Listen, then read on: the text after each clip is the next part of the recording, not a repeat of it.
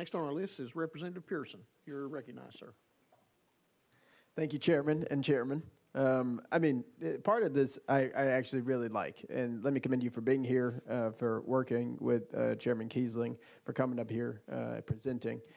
Look, I do believe that people who are in executive positions sometimes overstep intended authority and their power. And I had a professor, Dr. Rudolevich, who wrote a book called The Imperial Presidency.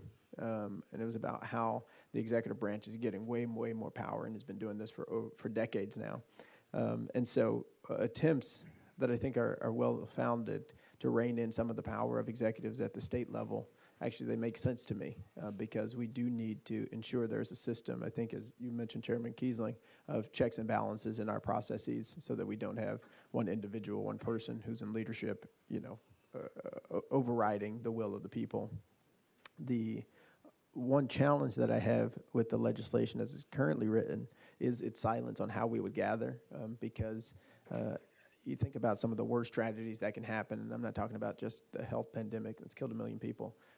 You think about, situations that could prevent us from being able to leave our districts, or in a super worst case scenario, right? Like there's some threat that has neutralized some of us from being able to be here in the first place, right? Like we don't know. It could be a very extreme, very extraordinary situation.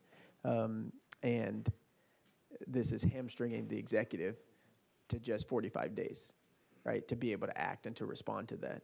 And I believe there's a level of trust. And so my thing is really the timing. It's not the idea and concept, because I think it's a good idea and concept, but just to have it be 45 days, which is a little over a month for them to deal with what is an emergency for over 50% of our population. That's 3.5 million folks who are being impacted by something.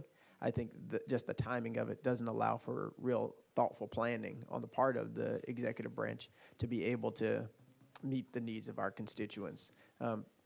So that being said, like right now, I am a no, but I really could get to a yes with an extended period of time, because the reality is the logistics and the planning and operations of taking care of millions of people takes time.